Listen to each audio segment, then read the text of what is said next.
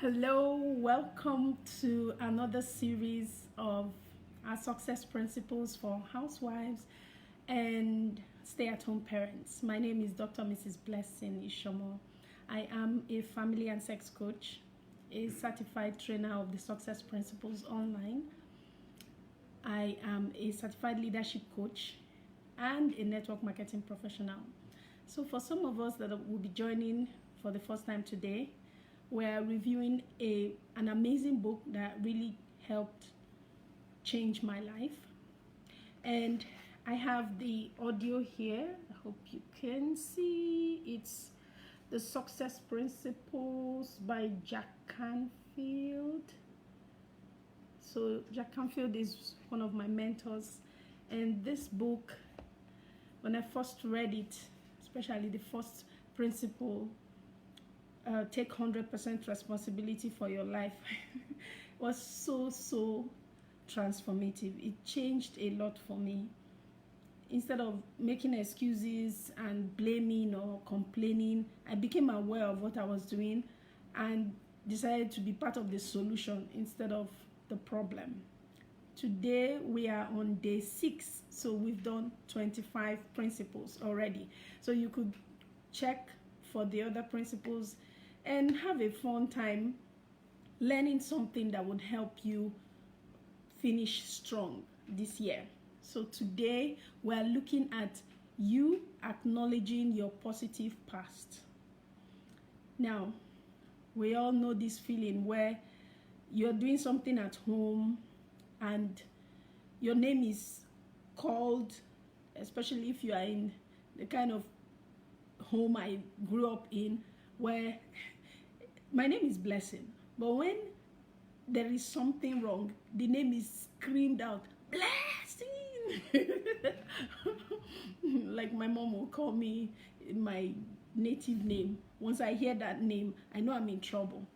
Many times our parents just wait for us to do something wrong and then they scream at us, or that's when they give us the lessons, and it's so emotionally intensive. That's what we really remember. Many times people remember their negative past more than the positive. Even when you're doing something nice and they tell your parents, say, yeah, it's okay, he's doing fine. There is no acknowledgement of that good thing, but you make a mistake. You've been having all A's, no worries. Oh, good. That's what I expect of you. But get an E. There's one funny joke I saw where a boy wrote to his dad that he's running away with his girlfriend who has AIDS and whatever, and she's pregnant for him, and that he shouldn't worry. When they've settled, he can come check the grandchild. And then towards the ending, he said, I just want you to know that there are worse things that can happen. Aside the report from the school of all the classes the courses I flunked, I am in the neighbor's house. It was really funny. It is his way of saying, Dad, please don't scream, don't punish, it's not the end of the world if I fail my exams. And while it's funny, a lot of people are carrying that baggage. They don't see anything good about themselves. In fact, there are people who are from very critical, judgmental homes where they're always struggling to be recognized because there is nothing they do that is okay. So today, we want to look at that past that you went through and you actually did well. It's time. Thank you so much for joining. Thank you, Reti. I appreciate. It's time for you to celebrate yourself. I remember in university days, that was the first time someone, my very close friend, she's a big sis, the first time that someone would say to me, Blessing, do you know you're beautiful? Do you know you're hardworking? Do you know? And when she starts like this, I would just feel so happy. And then I would say to her, please tell this big head, my head is swelling, tell this big head to come back to normal. And she said, oh, big head, please increase in size. We are not used to, we feel awkward when it's pride for you to celebrate yourself. It's sinful. Don't talk about you. And so inside of us, it's easier to say, why did you do this wrong? Oh, your mates have finished this course. Your mates are married. This is on and on and on. And you just beat yourself and beat yourself. So today we want to look at how you can start building that positive past that will boost your self-esteem and help you face the things that, your goals and the things you want to achieve this year, and how you can be better. So he shared about how you can divide your life into 3 major phases. Like if you are 45, the first 15 years of your life, 3 major things you achieved. The middle 15 years of your life, what you achieved, and presently what you achieved. 9 major successes that you can look at, and it will encourage you. You can also do a 100 success list. When I started the 100 success list, I did up to say 50, and I was really excited. Wow, so these are the things I've achieved. And then I did up to 75, and I started struggling. Why? I was thinking of all the big things, but things like you were there for your children, that's a win. Things like you helped someone on a project, that's a win. It's not only the award, getting a car, getting married, and all that.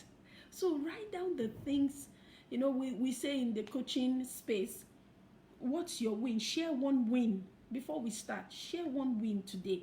And because there's something that happens when you feel that joy inside. So right now we're going to take just a brief moment, and I would like you to close your eyes, and I would like you to remember one thing that you did in the past that you were excited about. It could be when you graduated from the university. It could be that ceremony. It could be when you got your first job. It could be when you got that promotion. It could be when you got married. Whenever I'm asked to do this exercise, I always remember that dun dun dun or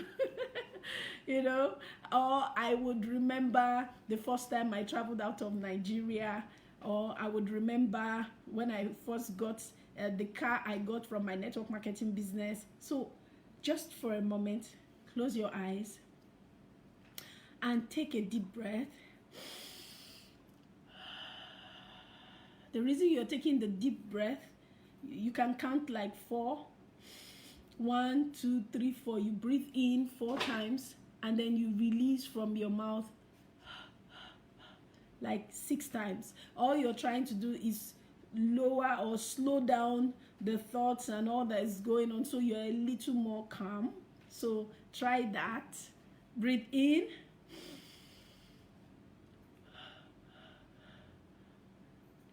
Okay, so close your eyes and remember just one thing that you did, and it was a success and you were proud of it.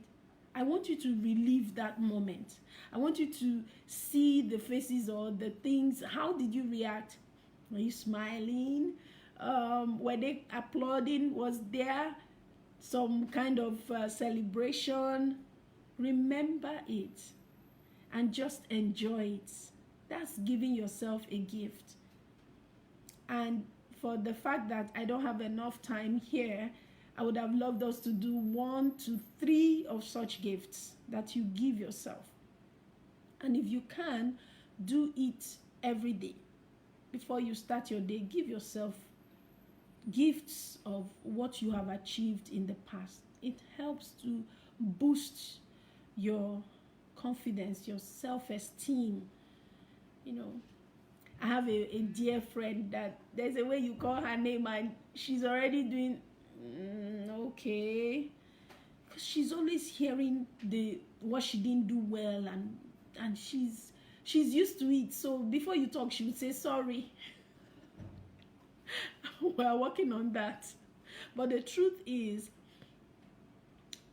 the more what you focus on expand. So stop focusing on the negative and start focusing on the positive. And you know, you have a lot of things that you've done well. You've done well. You've done well. They are even more than the negatives.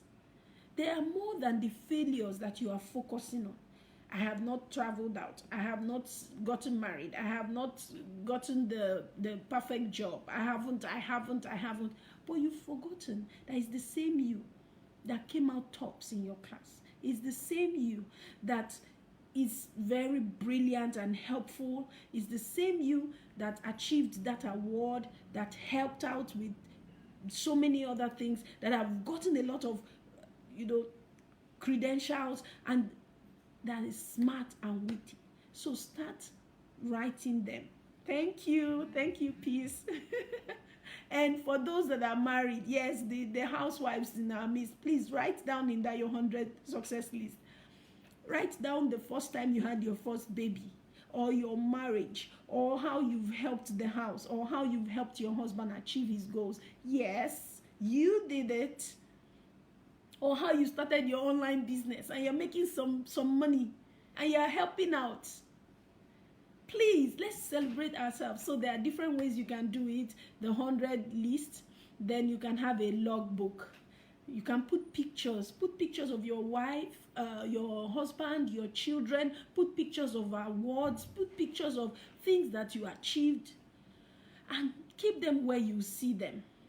So I have that book, shiny book. I love it, and I just read through. You can also make it like a PowerPoint. Okay, one of my mentors call it power pose or power picture, where you see the things. It's a screensaver, the things you have achieved. You can also get things that you can showcase. That's why sometimes when you enter people's offices, you see awards, you see plaques, you see their family picture. What do you think they are doing? That is it, reminding them of their achievements. You can also do it for your children. Decorate your home with the awards and the things that they have achieved from when they were young till that age. It helps them. When they see it, they're like, I did that, I can do this. Can do it for yourself. Another thing that can help you is what is called the mirror exercise. The first time that Jack Canfield made us do the mirror exercise, and I actually did it, because it's one thing to read, it's another to do. So it was when I was privileged to be on a cruise with him and so many amazing people in 2019.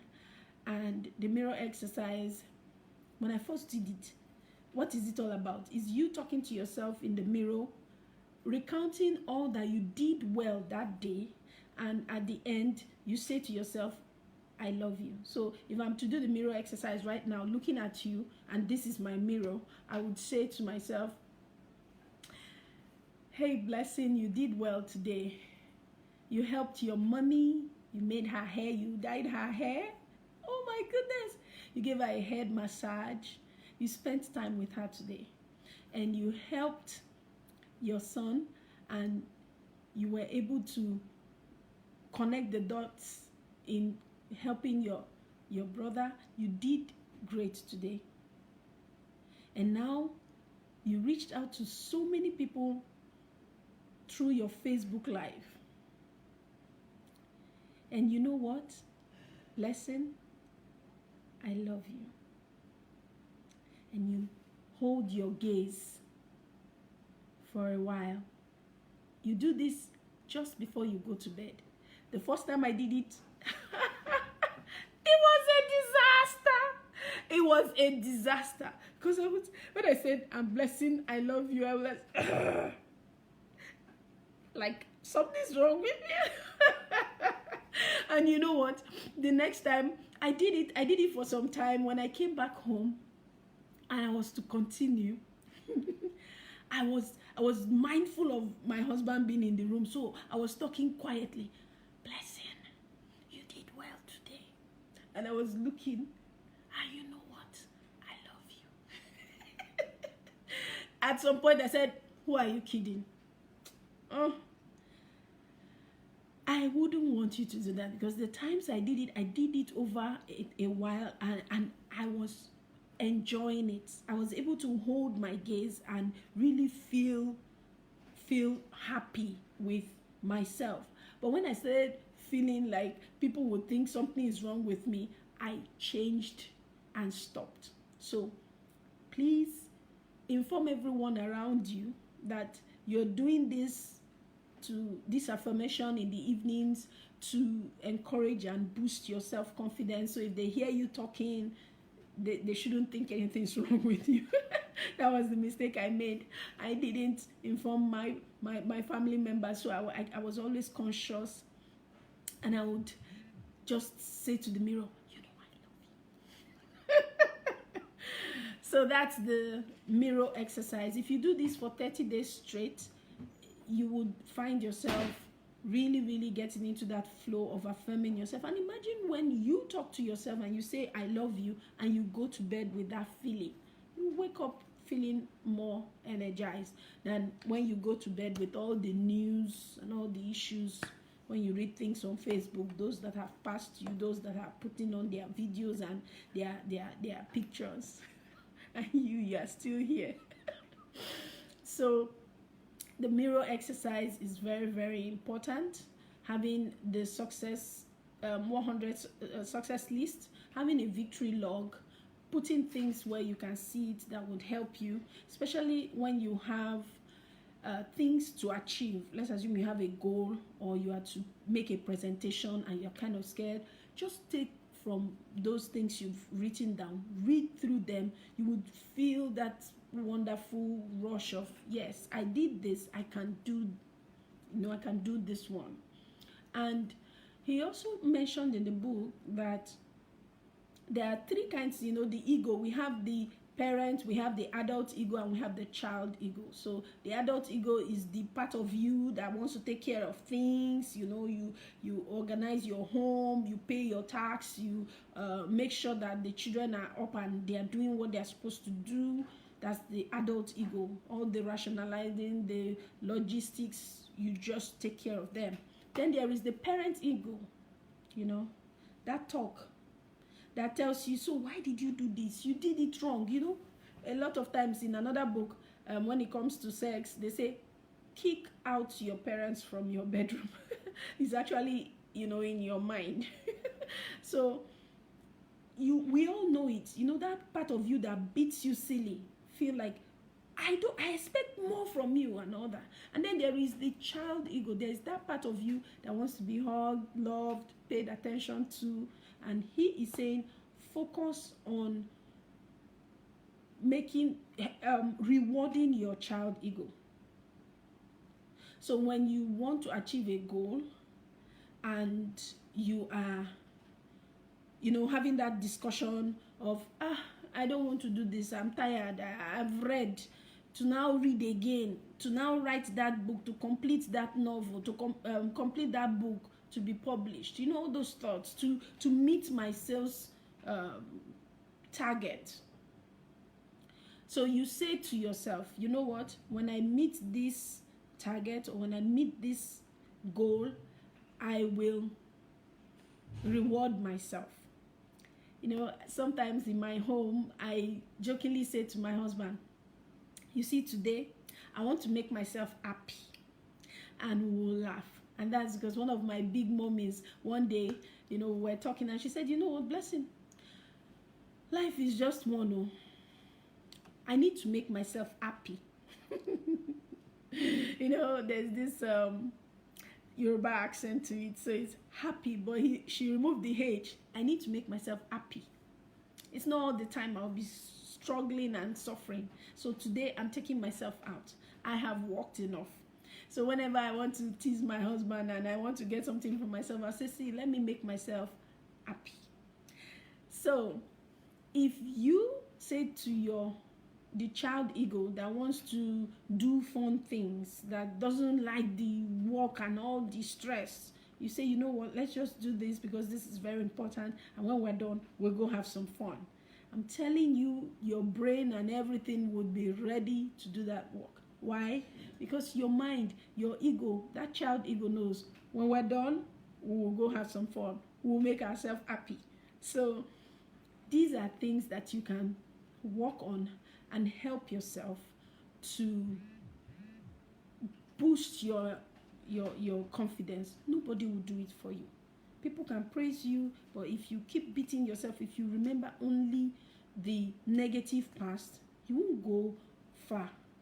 But when you build this arsenal, you build all the wonderful things. See, let me tell you, some people said they should write in their resume. They said living in Lagos or living in Nigeria is an achievement. So you need to understand this. You know, it's really funny the way Nigerians can really be funny when you listen to some of these people make comments. It's really funny. Say, look, write it down. You went out today, you drove in that traffic, and you came back safely. That's an achievement. You could breathe without the oxygen mask. You could use the toilet. That's an achievement.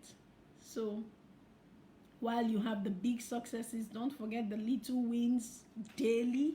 Do your mirror exercise. Relive the wonderful things you've done in the past. Be charged positively to face the goals that you want to accomplish. So thank you so much. That is for today. Join me the same time tomorrow, 9 p.m. West African time, for another Success Principle. Bye for now.